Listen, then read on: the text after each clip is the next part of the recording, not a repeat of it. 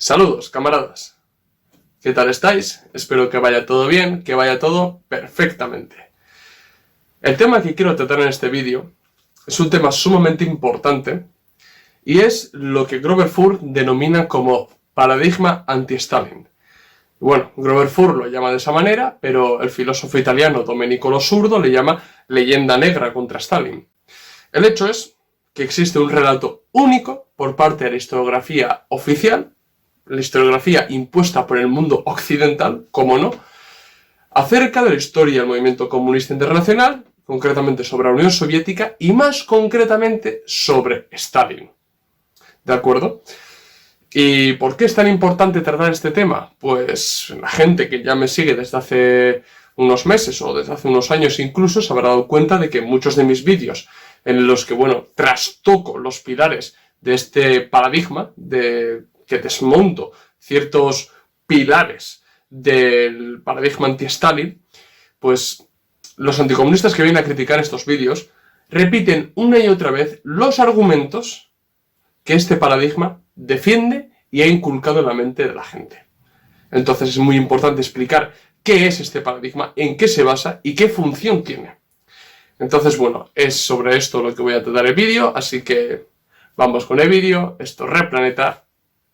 Comenzamos.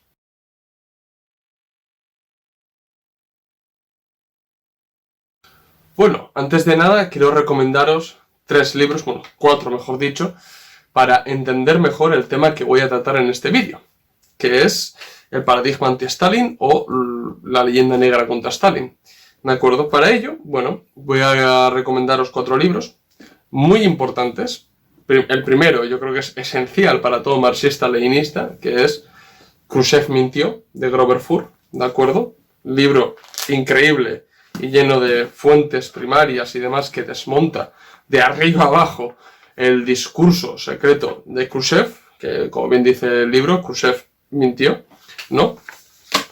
El otro libro también es de Grover Furth. Aquí expone por primera vez, no sé si es por primera vez, pero ya dedica varios capítulos al paradigma anti-Stalin, y es Stalin esperando la verdad, que es una respuesta al historiador Stephen Kotkin, de su libro Stalin Waiting for Hitler, Stalin esperando a Hitler, ¿no? Entonces, Stalin esperando la verdad, de Grover Furth, y aquí, dedica varias hojas a explicar qué es el paradigma anti-Stalin y qué función tiene, ¿no? Y luego, otro libro de Grover Furth que quiero recomendar, no lo tengo en físico, creo que en castellano en físico no está, lo podéis encontrar en internet, que es Yezhov versus Stalin, Yezhov contra Stalin, ¿de acuerdo? Un libro sumamente importante, no tiene muchas hojas, tendrá unas 90 hojas, y ahí sí es por primera vez cuando Grover Furth empieza a hablar acerca del paradigma anti-Stalin, ¿de acuerdo? Y lo que es. Repito, este libro en castellano al menos no está en físico, pero sí lo podéis encontrar en la web en formato digital. Y el último ya no es de Grover Furth, sino de Domenico Losurdo, que es Stalin, historia y crítica de una leyenda negra, que Domenico Losurdo converge plenamente acerca de todas las mentiras que se sueltan sobre Stalin, pero él no le llama paradigma anti-Stalin, él le llama leyenda negra.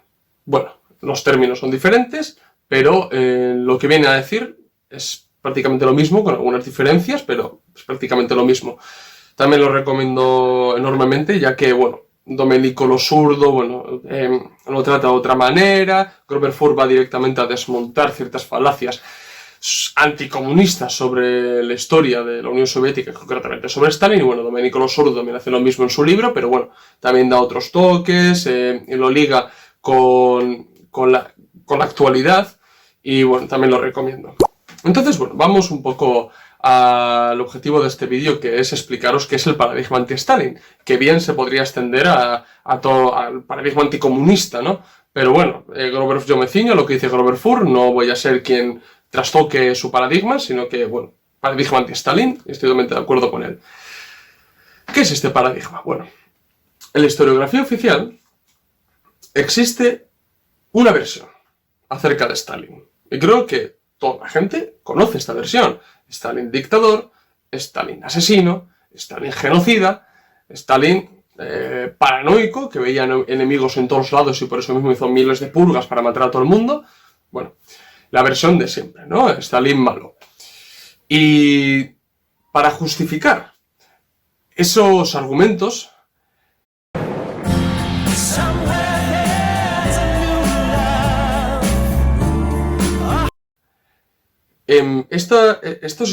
estos historiadores prácticamente lo que hacen se basan en fuentes secundarias. ¿Qué quiero decir con esto? Por ejemplo, voy a poner un ejemplo muy sencillo.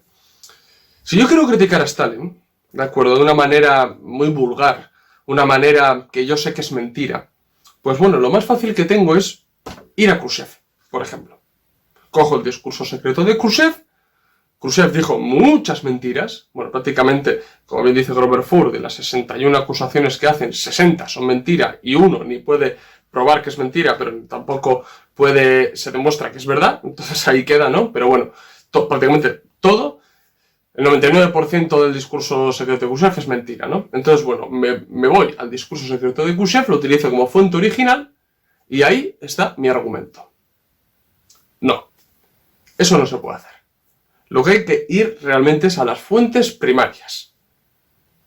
Y no son pocos los historiadores honestos, por ejemplo, Arch Getty, que no se le puede considerar comunista y mucho menos stalinista, Viktor Zemskov, que tampoco se le puede considerar stalinista, ya que, bueno, fue Gorbachev quien le encomendó a Viktor Zemskov que fuera a los archivos clasificados y hiciera un cálculo de las represiones de la época de Stalin en la URSS.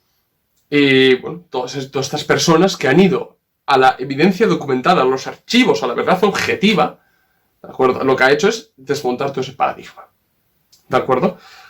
Pero, ¿qué es lo que ocurre con la gente, con los historiadores vendidos al paradigma anti-Stalin? ¿Qué es lo que ocurre con esta gente? Bueno, Grover Furr lo dice muy bien. Yo os lo voy a leer y luego lo voy a explicar un poquito, ¿no? Él dice, según el modelo dominante de la historia soviética de los años 30, las conspiraciones alegadas por el gobierno stalinista fueron todas falsificaciones.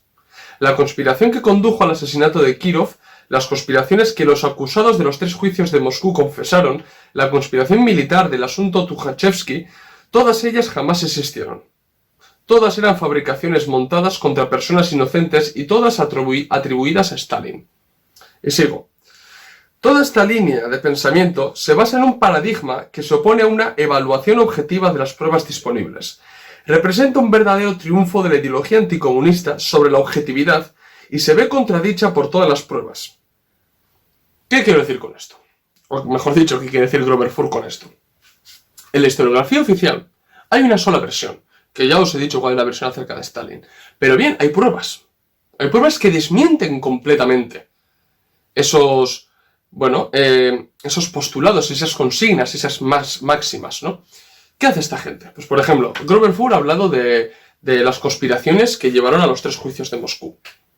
Bien, que próximamente tendréis en el canal la explicación sobre qué eran los juicios de Moscú. Pero vamos al grano. ¿Qué es lo que ocurre? Bueno, la historiografía oficial, la versión de la historiografía oficial sobre los juicios de Moscú es que, fueron montajes, que las conspiraciones realmente no existían porque el gobierno soviético alegó que existían conspiraciones muy fuertes para acabar con Stalin y con toda la alta esfera política de la Unión Soviética. Pues bueno, la Unión Soviética, no la Unión Soviética, sino que prácticamente los fiscales que llevaron a cabo los procesos de Moscú, los juicios de Moscú, alegaron que existían estas conspiraciones. Es más, esa gente que fueron condenados confesaron. Están los testimonios y cualquiera los puede encontrar. Por ejemplo, Grover Furr, en su página de la Universidad de Montclair, tiene adjuntado todas las confesiones de Zinoviev, Kamenev, Bukharin, etc, etc. Bueno, a lo que voy. Es que, ¿qué hacen estos historiadores para salir del paso? Bueno, lo que hacen es que las conspiraciones son mentira. Son mentira. ¿Por qué? Porque ellos parten de un pensamiento a priorístico. Esto es, a priori piensan que todos son inocentes. Entonces, pueden ir a los archivos documentales, a los archivos desclasificados y observar realmente la verdad histórica, pero como su pensamiento preconcebido les impide ver la verdad, acaban imponiendo su propio relato. No sé si me explico. Esto es, si yo, de antes, tengo una idea preconcebida, y yo digo, esto es así, y me ponen pruebas delante que eso no es así, yo seguiré con mi idea preconcebida, porque me interesa. Pues esto es lo mismo.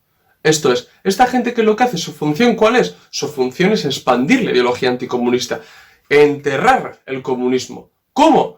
Desprestigiando la historia del comunismo, la historia de la Unión Soviética y concretamente la historia de la Unión Soviética que comprende el periodo de Joseph Stalin. ¿Para qué? Para privar del porvenir revolucionario a los comunistas de hoy. Entonces, claro, si cumple esa función, da igual que existan documentos históricos que desmientan las consignas que defiende esta gente, da igual que existan testimonios de esa gente. No, fueron sacados bajo tortura, no hay pruebas. No hay pruebas de ninguna tortura. Es que no las hay.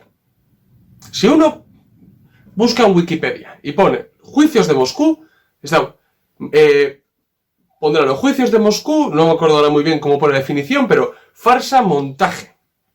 No pone juicios, sí, el título, pero luego cuando define, habla de farsas, montajes. ¿Pero qué pruebas hay para decir que fue una farsa o un montaje? La subjetividad de los historiadores, de Robert Conquest y compañía, cuando ya han sido desmentidos completamente por otros historiadores anticomunistas, como puede ser Arch Getty. Es que, claro, entonces, esta gente, realmente, pues cuando se encuentran pruebas, como puede ser lo que digo, que las confesiones de las personas que fueron juzgadas en los juicios de Moscú, cuando se ve, por ejemplo, que existían distintos bloques oposicionistas que pretendían atentar contra Stalin, hay pruebas de ello. Por ejemplo, tenemos el libro de Tokayev, que se llama El Camarada X, que, bueno, después, si no me equivoco mal, se exiló a Estados Unidos o Reino Unido. Estados Unidos. Su libro es Camarada X. No se sabe quién es el Camarada X, pero bueno, a lo que voy es que Tokayev, miembro de estos bloques clandestinos, describe perfectamente, pero es que perfectamente, cómo eran estos bloques oposicionistas y los actos terroristas que llevaron a cabo. Claro, existiendo pruebas, y que una persona miembro de estas pruebas dice que estaban Zinoviev, Kamenev, Nikolaev, el asesino de Kirov, Tukhachevsky, Karmanik y toda esta gente que estaban ahí metidos en el ajo, pues claro, ante esas pruebas uno tiene que decir, pues bueno, pues estaba equivocado, hay que corregir la historia, por ende, bueno, pues los juicios de Moscú tienen validez. No, uno acaba imponiendo su ideología anticomunista y dice, no, es que son falsos, es que son montajes, es que eso la NKVD lo que hizo fue pagarle a esta persona y hicieron un relato que justificara las posiciones de Stalin. Es que es montarse una película, hacerse un guión de una película digna de Oscar para justificar sus posiciones. Y luego nos llaman los comunistas dogmáticos y que no podemos ver más allá. Los dogmáticos son ellos, que no salen de su ideología anticomunista. A mí me hace gracia porque muchísima gente, he leído varios comentarios acerca de esto. Hay que relatar la historia con objetividad. ¿Qué objetividad? La vuestra. La objetividad anticomunista. Que ante las pruebas de los archivos desclasificados, preferís montar todo un relato anticomunista que justifique vuestras posiciones reaccionarias. Esa historia, o la historia de la que habla los archivos. ¿Qué historia? A ver, explicármelo. Claro, o sea, eso es lo que hay. Eso es lo que hay acerca de las purgas. ¿Por qué no explicamos, por ejemplo, quién crean las troicas? Sí, que Stalin lo aceptó, las troicas, sí, es verdad. Pero ¿quién se le va la mano con las troicas? ¿Quién es Eike? ¿Quién es Yezhov? ¿Qué son las confesiones de Frinovsky? O del propio Yezhov, o de Yagoda. Claro, la gente anticomunista no sabrá ni de lo que estoy hablando. Claro, porque yo os he investigado. Y muchos otros comunistas han investigado, incluso historiadores anticomunistas, y no tienen otra que justificar que muchas de las cosas que ocurrieron durante la Unión Soviética ocurrieron porque había unas razones. Y ahora que no me vengan, y los nazis justifican sus asesinatos. Y lo que queráis. Pero es que el paradigma anti-Stalin lo que se basa es en la imposición de un relato único en la historiografía oficial sobre la Unión Soviética para imponer la versión anticomunista a todo el mundo. Punto final. Eso es el paradigma anti-Stalin. ¿Con qué función? Con la función de ensuciar el pasado comunista, para privarnos del futuro. Para eso sirve el paradigma anti-Stalin. ¿Paradigma anti-Stalin realmente quiere buscar la verdad? No.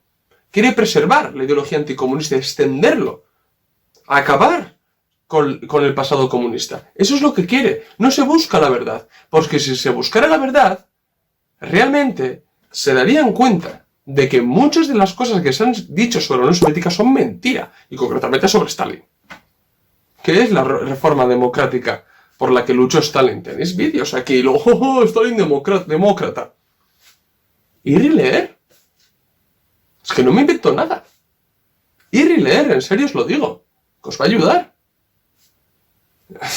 ¿Qué fueron, por ejemplo, el asunto Tukhachevsky, que pronto subiré también al canal, el asunto Tukhachevsky? No existía un complot militar en la Unión Soviética para prácticamente cargarse la Unión Soviética. No existía, ¿verdad? Era también una invención de Stalin. Veía enemigos por todos lados. Si hay pruebas. Es que hay pruebas. Hay pruebas. Tokayev lo dice, que era un parte del bloque oposicionista terrorista. Tukhachevsky confesó. Hubo torturas. ¿Dónde hay pruebas de torturas? Es que no las hay. Es que no las hay. Claro. Ese es el error que cometen. Acaban imponiendo su subjetividad estos historiadores. Y bueno, y aquí, en el libro Stalin esperando la verdad, Grover Furr, yo doy una advertencia acerca del libro Grover Furr. Sí, podéis aprender historia de la Unión Soviética con este libro, pero Grover Furr no lo dirige no lo dirige en ese sentido. ¿Por qué digo esto? Porque, bueno, si queréis aprender más sobre la historia de la Unión Soviética, bueno, os podría recomendar, por ejemplo, el libro de Jaime Canales, que, bueno, tengo una entrevista al camarada Jaime en el canal, autor de Génesis, Vida y Destrucción de la Unión Soviética, del libro que lo tengo ahí, Stalin el líder, que ese es el primer tomo, pero va a sacar otros, sí, creo que son otros 3 tomos, sí. Yo recomendaría esos libros, pero bueno, en este libro, Grover Furr sí explica, pues bueno, el primer juicio de Moscú, el segundo, el tercero, las purgas, el asunto Tukhachevsky, bueno, los típicos, en la conspiración de Yezhov, es decir, los típicos episodios oscuros, digámoslo así, de la Unión Soviética que se utiliza para hacer creer a la gente que era una constante, asesinato, purgas, terror, gulag, ¿no? Y pues lo que hacen Grover Furr es que coja a Stephen Kotkin, que es un historiador supuestamente de prestigio, que ha vendido muchos libros sobre la Unión Soviética, y bueno, lo desmenuza y demuestra cómo miente. Pero ¿qué sutileza tiene Kotkin al mentir? Omite, cuando no está seguro de una cosa, por ejemplo, juicios. ¿Por qué se ponen comillas a juicios si fueron juicios? Hubo fiscales, pudieron defenderse, a los acusados se les contrapuso otros acusados, hubo combate verbal, digámoslo así. ¿Por qué juicios? Es decir, cuando Kotkin, por ejemplo, Grover Furr se ríe mucho de esto, cuando Kotkin no puede justificar que eso no es así, pone comillas. Y para adelante. O, por ejemplo, directamente, pues bueno, pone fuentes de un libro, porque igual, cuando habla voy a poner un ejemplo tonto, cuando habla de Kirov, ¿de acuerdo? Paso citas, si no me equivoco mal, no lo vaya a cagar, a Lenoe, ¿vale? Bueno, no sé si se pronuncia así, a Lenoe, sí, Matthew Lenoe, ¿de acuerdo? No creo que estoy pronunciando mal el nombre, pero bueno, a Matthew Lenoe, que habla, bueno, de un libro sobre Kirov. Y bueno, ese libro, pues bueno, es un poco, ya he leído algunos fragmentos y bueno, es un poco un totum revolutum de todo. Pero bueno, hay una parte en la que dice una cosa bastante importante, Lenoe, que se da cuenta efectivamente de que Nikolaev tenía conexiones con el centro de Leningrado y del centro de Moscú, que eran de Zinoviev y Kamenev, y que Khrushchev o Gorbachev posteriormente lo que hicieron fue prácticamente demostrar que Stalin estaba implicado en ese asesinato. No pueden demostrarlo, entonces se inventa la teoría del pistolero solitario. ¿Por qué es tan importante esto? Porque si ellos demostraban que uno, Stalin estaba implicado en el asesinato de Kirov, o dos, que Nikolaev, que fue el asesino de Kirov, no estaba vinculado con estos centros, el de Leningrado y el de Moscú, los siguientes juicios, porque empezaron desde ahí, con el asesinato de Kirov, no tendrían sentido. Eso lo dice Lenoe, y admite esas conexiones. Entonces, ¿qué es lo que ocurre Kotkin? Que cita a Lenoe cuando le interesa. Cita el libro de Lenoe. ¿Qué significa eso? Que él el libro de Lenoe lo ha leído. ¿Qué es lo que ocurre? Que se queda con los fragmentos que a él le da la gana. Cuando Lenoe se pone en plan anticomunista, pues lo cita. Cuando Lenoe se pone un poco honesto y admite ciertas cosas importantes sobre el asesinato de Kirov, lo esconde. Claro, con un libro como el de Stephen Kotkin, que puede tener 1200 hojas, con no sé cuántas fuentes, lo que dice Grover Furr, ¿qué lector realmente se va a poner a buscar las fuentes? Nadie. Entonces, bueno, miente, que algo queda. No, siguiendo con esa estrategia, para adelante.